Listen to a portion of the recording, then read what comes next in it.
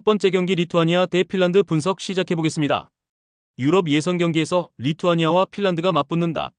리투아니아는 얀카우스카스 감독 체제에서 5-3-2 포메이션을 활용하며 수비적인 운영을 바탕으로 경기 흐름을 안정적으로 가져가는 팀이고, 파울라우스카스가 최전방에서 공격을 주도하며 기네이티스와 슬리부카가 중원에서 수비적인 역할과 경기 조율을 담당할 가능성이 크며, 특히 리투아니아는 수비적인 조직력을 최우선으로 두고 경기 운영을 하기 때문에 실점을 최소화하는 데 집중할 가능성이 높다.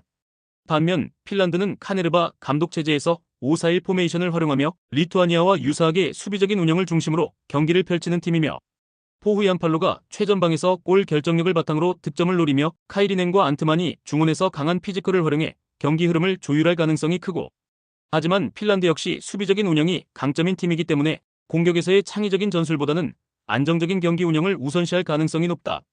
이번 경기는 양팀 모두 수비적으로 운영하는 스타일이 강하기 때문에 경기 흐름이 상당히 조심스러운 분위기에서 진행될 가능성이 크고, 서로 공격적인 움직임을 최소화하면서 실수를 줄이는 방식으로 경기를 운영할 가능성이 높으며 공격 찬스를 만들어내는 데 어려움을 겪을 가능성이 크다.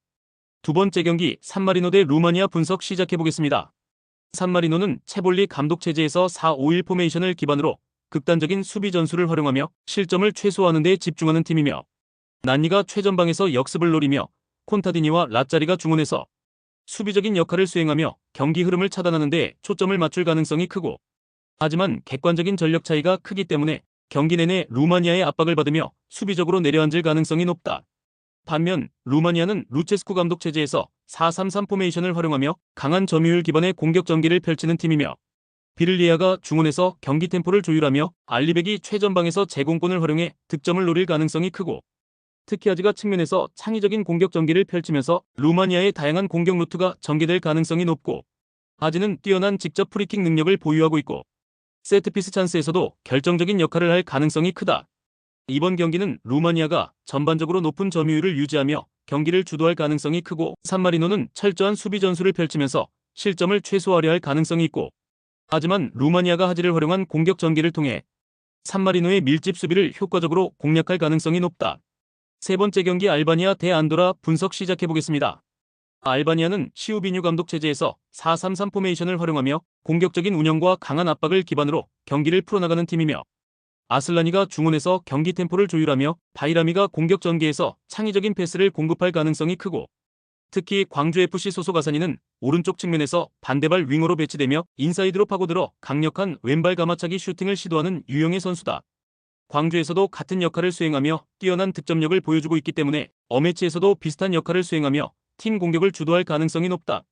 반면 안도라는 콜도 알바레스 감독 체제에서 5-4-1 포메이션을 활용하며 극단적인 수비 전술을 기반으로 실점을 최소화하려는 운영을 선호하는 팀이며, 베르토 로사스와 이산 페르난데스가 중원에서 수비적인 역할을 수행하며 최전방의 추스 루비오가 역습 상황에서 빠른 돌파를 시도할 가능성이 크고, 하지만 안도라는 객관적인 전력 차이에서 열세를 보이며 수비적인 운영을 펼치더라도 알바니아의 강한 압박을 견뎌내기 어려울 가능성이 크다. 이번 경기는 알바니아가 높은 점유율을 유지하며 공격적으로 경기를 풀어나갈 가능성이 크고, 안도라는 철저한 수비 전술을 펼치면서 실점을 최소화하려 할 가능성이 존재한다. 하지만 알바니아의 강한 압박과 빠른 측면 전개를 고려했을 때 경기 흐름이 알바니아 쪽으로 기울 가능성이 높다. 네 번째 경기 폴란드 대 몰타 분석 시작해보겠습니다. 폴란드는 프로비에시 감독 체제에서 3-5-2 포메이션을 활용하며 중원을 강화한 전술을 바탕으로 안정적인 경기 운영을 펼치는 팀이며, 스지만스키와 지엘린스키가 중원에서 경기 템포를 조율하며 스비데르스키가 최전방에서 골 결정력을 발휘할 가능성이 크다. 특히 폴란드는 미드필더 숫자 싸움에서 확실한 우위를 점하며 경기 점유율을 장악해 나갈 가능성이 높다.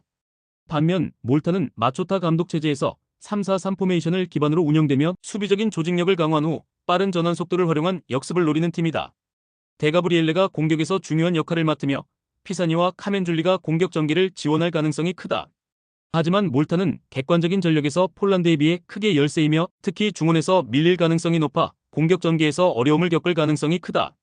이번 경기는 폴란드가 미드필더 숫자 싸움에서 확실한 우위를 점하며 경기 점유율을 높게 유지할 가능성이 크고, 몰타는 수비적으로 버티면서 역습 기회를 노릴 가능성이 있고, 하지만 폴란드의 강한 압박과 중원 장악력을 고려했을 때 경기 흐름이 폴란드 쪽으로 기울 가능성이 높다.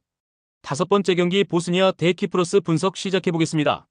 보스니아는 바바레즈 감독 체제에서 4-4-2 포메이션을 활용하며 강한 피지컬과 포스트 플레이를 기반으로 경기를 운영하는 팀이며, 에딘 제코가 최전방에서 제공권을 활용한 포스트 플레이와 유기적인 연계 플레이를 펼치며 타이로비치와 쿨레노비치가 그 틈을 활용해 공격을 전개할 가능성이 크고, 특히 에딘 제코는 상대 수비의 시선을 집중시키며 동료 선수들에게 결정적인 득점 찬스를 만들어줄 수 있는 선수다. 반면 키프로스는 아부구스티 감독 체제에서 4-4-2 포메이션을 활용하며 중원에서의 안정적인 경기 운영을 바탕으로 한 역습 전술을 선호하는 팀이며, 비를리에아와 마린이 중원에서 수비적인 역할을 수행하며 올라루가 최전방에서 제공권을 활용해 득점을 노릴 가능성이 크고, 하지만 키프로스는 객관적인 전력에서 보스니아에 비해 열세이며 특히 피지컬적인 측면에서 밀릴 가능성이 높다. 이번 경기는 보스니아가 경기 주도권을 잡으며 키프로스 수비를 압박할 가능성이 크고, 키프로스는 수비적인 운영을 통해 보스니아의 강한 공격을 막아내려 할 가능성이 있고, 하지만 보스니아가 에딘 제코를 활용한 포스트 플레이와 연계 플레이로 상대 수비를 무너뜨릴 가능성이 크며, 이 과정에서 타이로비치와 쿨레노비치가 결정적인 찬스를 맞이할 가능성이 높다. 6번째 경기 잉글랜드 대 라트비아 분석 시작해보겠습니다. 잉글랜드는 카슬리 감독 체제에서 4-2-3-1 포메이션을 기반으로 공격적인 운영을 펼치는 팀이며, 해리 케인이 최전방에서 득점을 담당하며 고든과 마두에케가 측면에서 빠른 돌파와 크로스를 활용해 공격을 지원할 가능성이 크고, 벨링엄은 중원에서 창의적인 패스를 통해 공격과 수비의 연결 고리 역할을 수행할 것으로 보인다. 반면 라트비아는 니콜라토 감독 체제에서 5-3-2 포메이션을 활용하며 수비적인 운영을 중심으로 실점을 최소화하려는 전략을 선호하는 팀이며, 구트고프스키스와 이카우니에크스가 최전방에서 역습을 노리며 바르슬라반스가 중원에서 수비적인 역할을 수행할 가능성이 크다.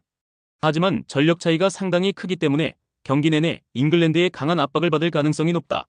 이번 경기는 잉글랜드가 높은 점유율을 유지하며 일방적인 공격을 펼칠 가능성이 크고, 라트비아는 수비적인 운영을 통해 최대한 실점을 줄이는 전략을 펼칠 가능성이 있고, 하지만 잉글랜드의 강한 압박과 빠른 측면 전개를 고려했을 때 경기 흐름이 잉글랜드 쪽으로 기울 가능성이 크다.